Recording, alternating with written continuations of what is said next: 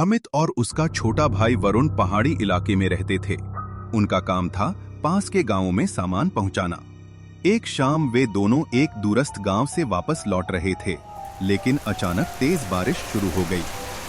रास्ता कीचड़ में बदल गया और गाड़ी फिसलकर बंद हो गई।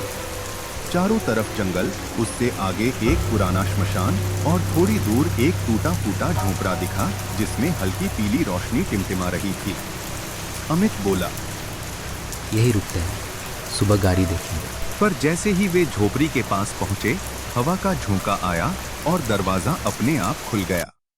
अंदर बहुत सन्नाटा था, पर बीच में राख से भरा एक लोहे का बड़ा हंडा रखा था। ऐसा लग रहा था जैसे किसी ने अभी अभी कुछ जलाया हो। दोनों अंदर बैठे, पर अमित को लगा कि झोपड़ी की छत पर कोई चल रहा है, धीमे भारी कदमों से। झोपड़ी में एक कोने में काला तावीज रखा था। वरुण ने छूने की कोशिश की, पर अमित ने मना किया। ऐसी जगह की चीजों को छूना ठीक नहीं।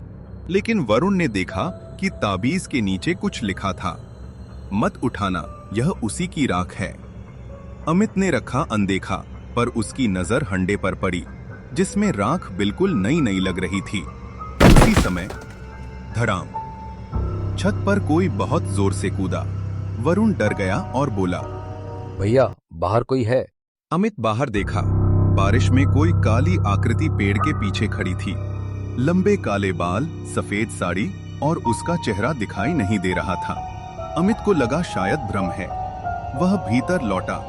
वरुण बोले जा रहा था, भैया, हमें यहाँ नहीं रुकना चाहिए। अचानक हंडे के अंदर से खड़खड़ाहट होने लगी, राख जैसे हिलने लगी और एक पतली सड़ी हुई उंगली राख से बाहर निकली। दोनों चीख पड़े, लेकिन उंगली एक सेकंड के भीतर गायब भी हो गई। अमित बोला, ये जगह मौत है, सुबह होते ही निकलते हैं। दोनों सोने की कोशिश कर रहे थे जब झोपड़ी का दरवाजा अचानक ठक ठक करने लगा। बारिश इतनी तेज कि बिजली चमकने पर झोपड़ी की परछाइयां लंबी लंबी दीवारों पर उड़ रही थीं। वरुण फुसफुसाया, कौन है?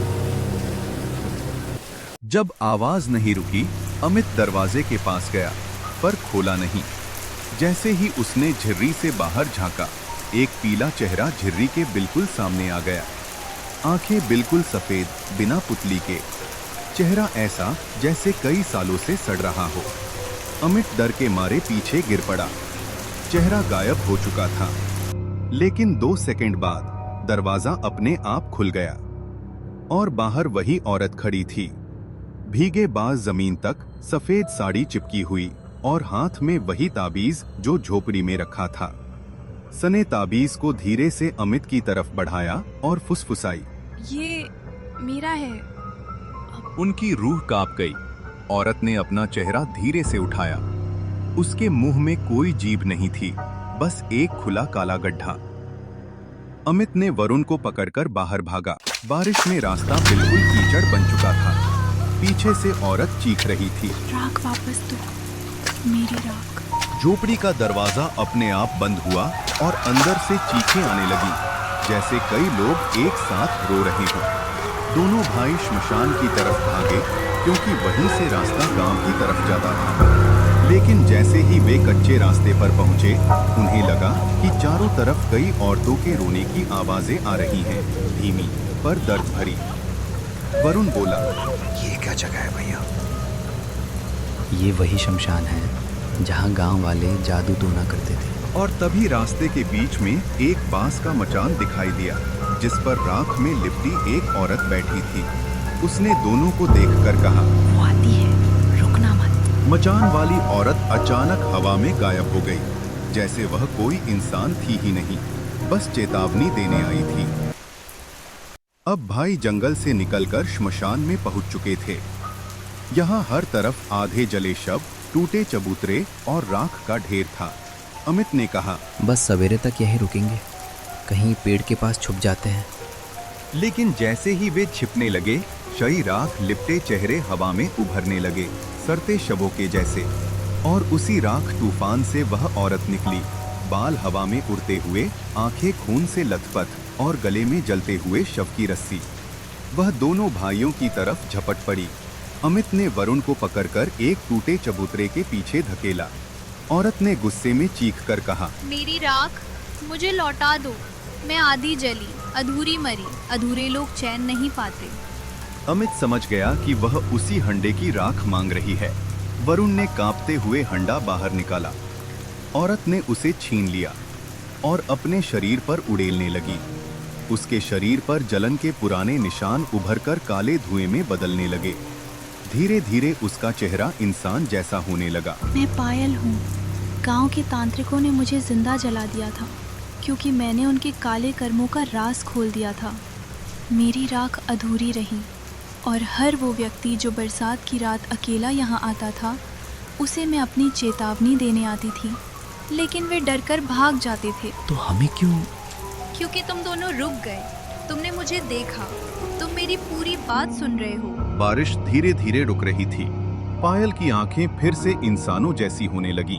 फिर धीरे से बोली, अब मैं मुक्त हूँ, पर तुम दोनों यहाँ अकेले नहीं रह सकते। क्या मतलब? वहाँ कई परछाइयाँ खड़ी थीं। पुरुष, औरतें, बच्चे, सब आधे जले, सब उसी रात में मारे गए। सबकी आंखें अमित और वरुण को देख रही थीं। ये सब भी अधूरे हैं। ये ऐसी आत्माएं हैं जो कभी तुम्हें अकेला नहीं छोड़ेंगी। अमित ने वरुण को पकड़ते हुए जंगल की ओर दौड़ लगा दी। आत्माएं हवा में उड़ते हुए पीछा करने लगी। कहीं बच्चों की हंसी, कहीं औरतों की चीखें। अमित को लगा वह बेहोश हो जाएगा। सूरज निकलने को था। जैसे ही पहली किरण श्मशान पर पड़ी, सारी आत्माएं राख में बदलकर उड़ने लगीं। लेकिन पायल नहीं गई। वह अमित के सामने खड़ी थी। अब वह पूरी तरह इंसान जैसी दिख रही थी, पर उसकी आंखों में एक गहरी उदासी थी। उसने कहा, आधी रात मैंने तुम्हें डराया नहीं, तुम्हें बचाया था। अब लौट जाओ और किसी को भी इस रास्ते पर आने मत देना।